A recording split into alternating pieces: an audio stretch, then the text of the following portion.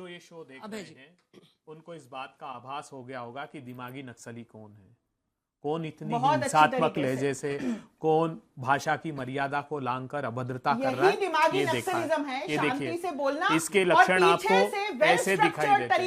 ये लक्षण देश के लोगों दिखाई दे रहे हैं। बिल्कुल बिल्कुल, पूरी जनता अभी कुछ परिभाषा मेरी बहन ने दी दिमागी नक्सली की, अर्बन नक्सल की थी उन्होंने। दिमागी नक्सल तो सीपीआई माओइस्ट रिसर्च पेपर्स में बहुत सबसे सारी पहले आया था। विवेक, क्या आप तो प्रधानमंत्री लेफ्टिस्ट हैं, जी, आपको नहीं पता? आपको सब पता है तो फिर बताइए। भगवान के देवद्रव्य की प्रोफेसर जानते होंगे, बताइए ना। अंजना जी, मैं चुप रहूं अगर आप चाहें तो मैं नहीं बोलता। Professor sorry please. प्रधानमंत्री जी, जो इस सनातन धर्म में इस पूरी सृष्टि का सबसे घृणित पाप भारतीय जनता पार्टी, विश्व हिंदू परिषद, आरएसएस के लोगों ने किया है, देवद्रव्य की चोरी, भगवान मंदिर, राम मंदिर के चोरी, क्या वो दिमागी नक्सली पन में आता है कि नहीं? प्रधानमंत्री जी बताइए। क्या मेरे छात्र जो कह रहे थे प्रधानमंत्री जी पेपर लीक ना हो, हम शांतिपूर्वक प्रोटेस्ट करने आ रहे हैं दिल्ली के दरवाजे पर, उनको पैलेट गन से आंखें फोड़ दी प्रधानमंत्री जी, उनको कील और कांटे लगाकर मारा। क्या ये नक्सलिज्म की, अर्बन नक्सल की परिभाषा में आता है प्रधानमंत्री जी की?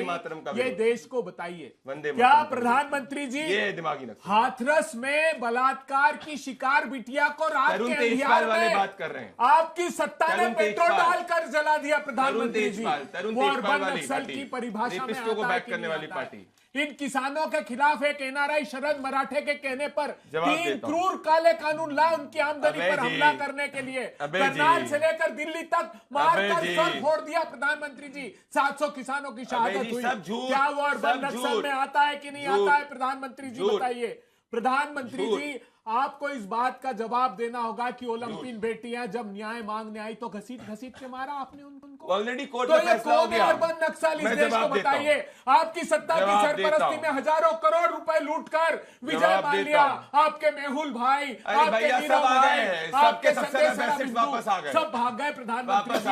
ये अर्बन नक्सल में आता है। मैं एक एक्सपेरिमेंट कर देता हूँ यही अर्बन नक्सल का।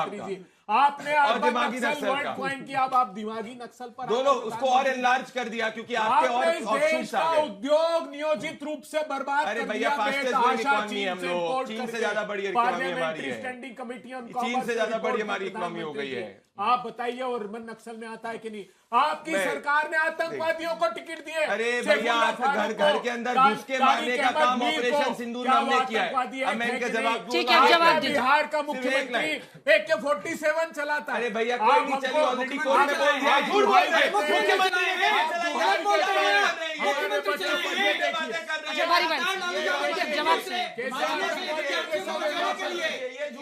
सुप्रीम कोर्ट में सरकार ने जवाब दिया है, जवाब कहा है आपने, हवा में फायरिंग हुआ है। देखिए कैसे आंखें निकाल रहे हैं और आपका आंखें घुस गया है। मैं एक एक्सपेरिमेंट आपके गले पर कर दूंगा, आपको पता चल जाएगा। जवाब ये 30 सेकंड आतंकवादी जी, 30 सेकंड में कितने दिन की सत्ता बची? सुनो, अरे सत्ता आएगी जाएगी, देश आगे जाना चाहिए और देश के खिलाफ इंटेलेक्चुअल बात करने वाला व्यक्ति दिमागी नक्सल है।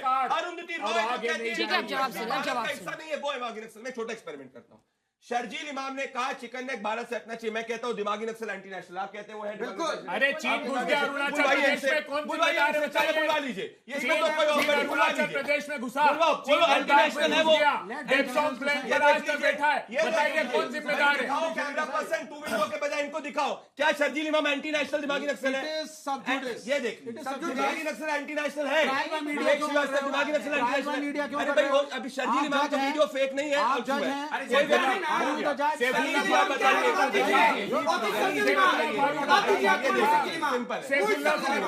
अच्छा, बारी बारी से प्लीज, एक सेकंड।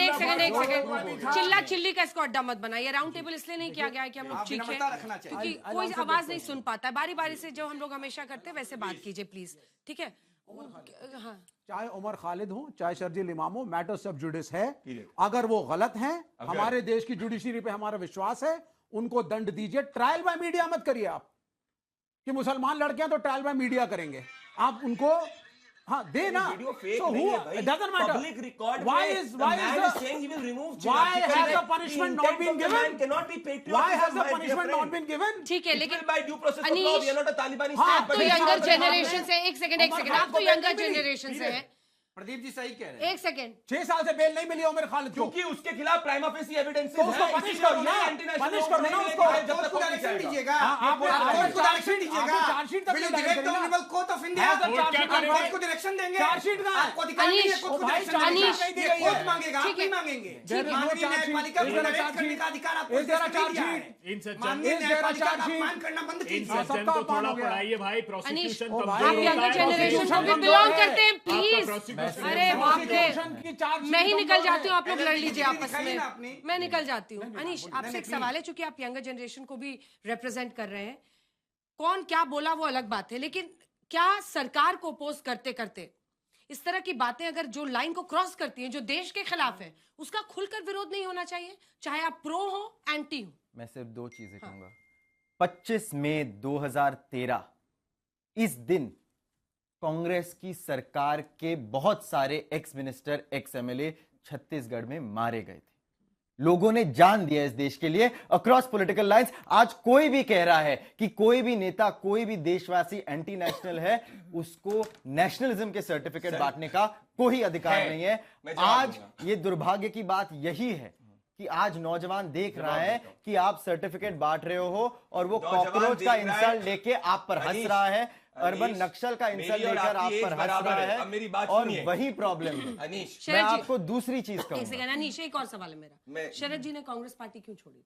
शरद जी ने तभी कांग्रेस पार्टी छोड़ी थी क्योंकि प्रधानमंत्री कौन बनेंगे उस पर अलग अलग राय थी। हाँ, अलग राय थी, वो और सोनिया उसके गांधी बाद- के विदेशी मूल को बिल्कुल, नहीं चाहते थे, बिल्कुल, है ना? और तो उसके उनकी एक बाद हम विचारधारा है, वापस एक साथ आ लेकिन गए। आप क्या कांग्रेस पार्टी इस बात पर राजी होगी कि आप उनकी विदेशी मूल को मुद्दा बनाए? नहीं होगी ना। नहीं, तो अंजना जी, देखिए, समय और राजनीति में परिस्थिति मतभेद कई होने बार- चाहिए, मनभेद नहीं। समय और परिस्थिति नहीं, कई बार नहीं, आप- राजनीति में चाहिए। मतभेद होने चाहिए, मनभेद मैं जवाब देता हूं। आप ठीक है, मतभेद इस रह पर सकते नहीं, हैं। एक सेकंड, इस पर आते हैं, एक सेकंड, इस पर मैं जवाब आप तीनों से लूंगी। प्लीज।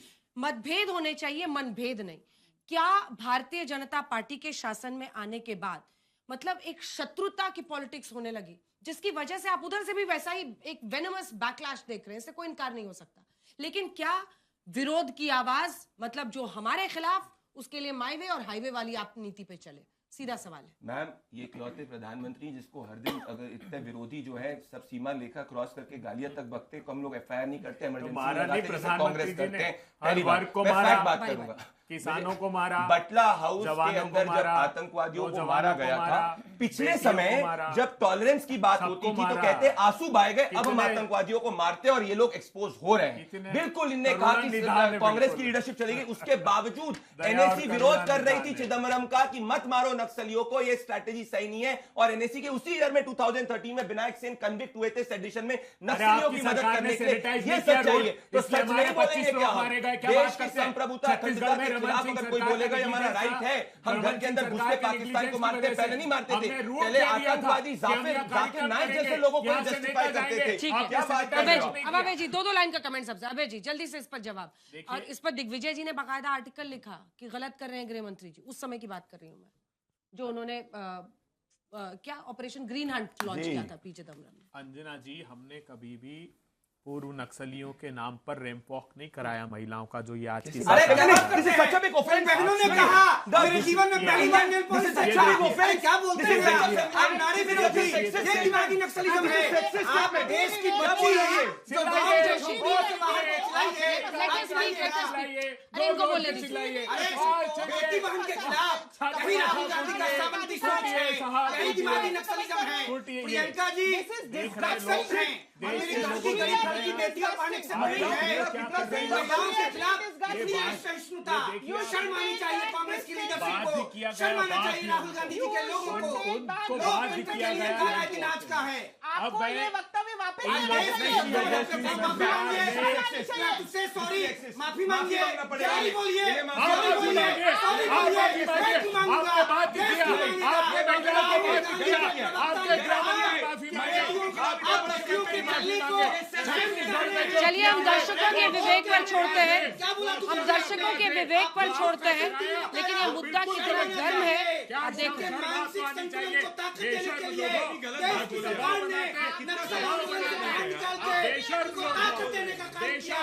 अब देश विरोधी, नारी विरोधी, बेटी विरोधी, इसी के साथ हल्ला बोल में इतना ही हम दर्शकों के विवेक पर छोड़ते हैं, आप तय कीजिए, क्योंकि अब तो लाइव प्रोग्राम भी गया है।